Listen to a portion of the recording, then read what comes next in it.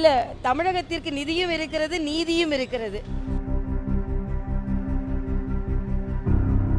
சுமார் 300 கோடி ரூபாய் செலவில் கட்டப்பட்டிருக்கிறது. இவையெல்லாம் ஏதோ அவங்க உட்கார்ந்து எண்ணினாங்களா, இல்லைன்னா எப்படி சொல்றாங்க?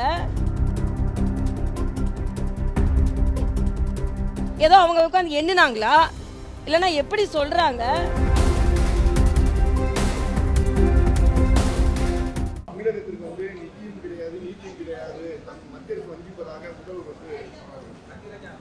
இல்ல தமிழகத்திற்கு நிதியும் இருக்கிறது, நீதியும் இருக்கிறது. நீதி இருப்பதனால்தான் தமிழக மக்களுக்கு மரியாதைக்குரிய பாரத பிரதமர் அவர்கள், நீங்கள் ஒட்டுமொத்தமாக மத்திய அரசின் திட்டங்களை நீங்கள் பார்த்தீர்கள் என்றால், ஸ்டாலின் இன்று குற்றம் சாட்டும் அதே ஸ்டாலின் கட்சி விபி சிங் முதல் மன்மோகன் சிங் வரை மத்தியில் அவர்கள் ஆண்டு ஏறக்குறைய 5 அமைச்சர்களை கொண்டு அவர்கள் கொடுத்த திட்டங்களை விட தமிழகத்திற்கு மரியாதைக்குரிய பாரத பிரதமர் அவர்கள் அதிக திட்டங்களை கொடுத்திருக்கிறார்கள். அது சென்னை விமான நிலைய விரிவாக்கமாக இருக்கட்டும், திருச்சி விமான நிலைய விரிவாக்கமாக இருக்கட்டும், இன்னும் பல திட்டங்கள், மருத்துவமனை, முதியவர்களுக்கு என்ற மருத்துவமனை இந்தியாவிலேயே 2 இடங்களில் தான் மத்திய அரசு திறந்தது. அதில் ஒன்று சென்னையில் திறக்கப்பட்டிருக்கிறது. அதே போல உயர்கல்வி மருத்துவமனைகள் மதுரை, திருச்சி, திருநெல்வேலி எல்லா இடங்களிலும் சுமார் 300 கோடி ரூபாய் செலவில் கட்டப்பட்டிருக்கிறது. இவையெல்லாம் அதிகமாக உயர் மருத்துவ கல்வி, எப்படி கிராமங்களுக்கு மருத்துவ உதவி செய்ய வேண்டும், செல்ல வேண்டும் என்ற வகையில் ஆக பல மருத்துவக் கல்லூரிகளுக்கு அனுமதி கொடுக்கப்பட்டிருக்கிறது. ஆக எல்லாவற்றையும் பார்க்கும்பொழுது இவர்கள் மத்தியில் கூட்டணி ஆட்சி இருப்பதை விட மரியாதைக்குரிய பாரத பிரதமர் அவர்கள் மிக அதிகமாகவே தமிழகத்திற்கு நீதி வழங்கி இருக்கிறார்கள் என்பது உண்மை. நிதியை பொறுத்த மட்டில் இது ஒரு வறட்சி நிவாரணமாக இருக்கட்டும், வெள்ள நிவாரணமாக இருக்கட்டும், அதற்கு என்று எப்படி கணக்கிடுவது என்று ஒரு கணக்கீடு இருக்கிறது.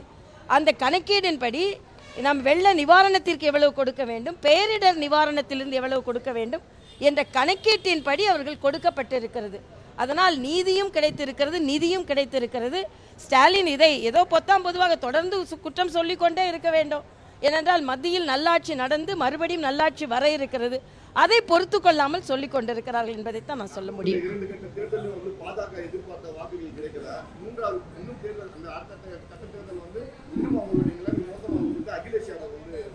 அவருக்கு எப்படி தெரியும்? ஏதோ அவங்க உட்கார்ந்து எண்ணினாங்களா, இல்லைன்னா எப்படி சொல்றாங்க?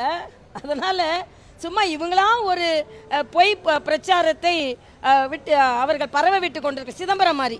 சிதம்பரமும் அதான் சொல்றாரு, ஏதோ 2 கட்ட தேர்தல் காங்கிரஸ் தேர்தல் அறிக்கையை பார்த்து பயந்ததை போல சொல்லிக் கொண்டிருக்கிறார்.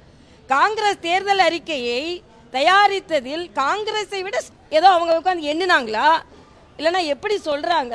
இதே காங்கிரஸ் தேர்தல் அறிக்கை, நீங்கள் தேர்தல் அறிக்கை இருக்கட்டும், ஏறக்குறைய இந்த நாட்டை அதிக நாட்கள் ஆண்டவர்கள் நீங்கள்.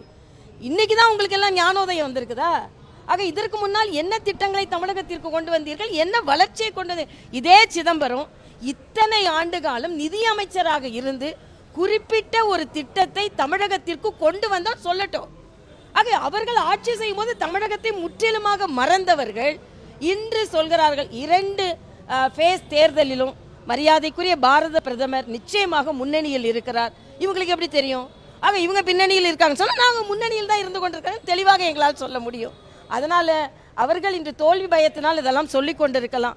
மரியாதைக்குரிய பாரத பிரதமர் சொன்னதை போல இந்த நாடு ஒரு வலிமையான பிரதமரை கொண்டிருக்க வேண்டும். வருடத்திற்கு ஒரு பிரதமர் கொண்டிருக்க கூடாது, முழுவதுமாக வலிமையான பிரதமர் கொண்டிருக்க வேண்டும். அதைத்தான் பாரதிய ஜனதா கட்சியால் மட்டும்தான் அந்த வலிமையான பிரதமரை கொடுக்க முடியும், வலிமையான பாரதத்தை முன்னெடுத்து செல்ல முடியும். இவர்களெல்லாம் பிரிவுபட்ட பாரதத்தை தான் எடுத்து செல்ல முடியும், பிளவுபட்ட பாரதத்தை தான் எடுத்து செல்ல முடியும். அவர்கள் ஏற்கனவே கேரளாவில் என்ன நடக்குது, கம்யூனிஸ்டும் காங்கிரஸும் சண்டை போட்டுட்டு இருக்காங்க. அப்புறம் எப்படி இவங்க ஒற்றுமையாக இந்தி கூட்டணியை கொண்டு அவங்க முன்னிறுத்துவார்கள்? இன்னைக்கு பிரியங்கா காந்தி பினராயி விஜயனை கிளின்னு கிழிக்கிறாங்க. அப்புறம் நீங்களாம் எப்படி ஒன்றா இருந்து எப்படி ஒன்றா ஆட்சி நடத்துவீங்க? அதனால் மக்களுக்கு நன்றாக தெரிந்தவர்களால் எதுவும் செய்ய முடியாது, சாதிக்க முடியாது என்பது. செய்திகளை உடனுக்குடனும் துல்லியமாகவும் தெரிந்து கொள்ள சப்ஸ்கிரைப் பண்ணுங்க.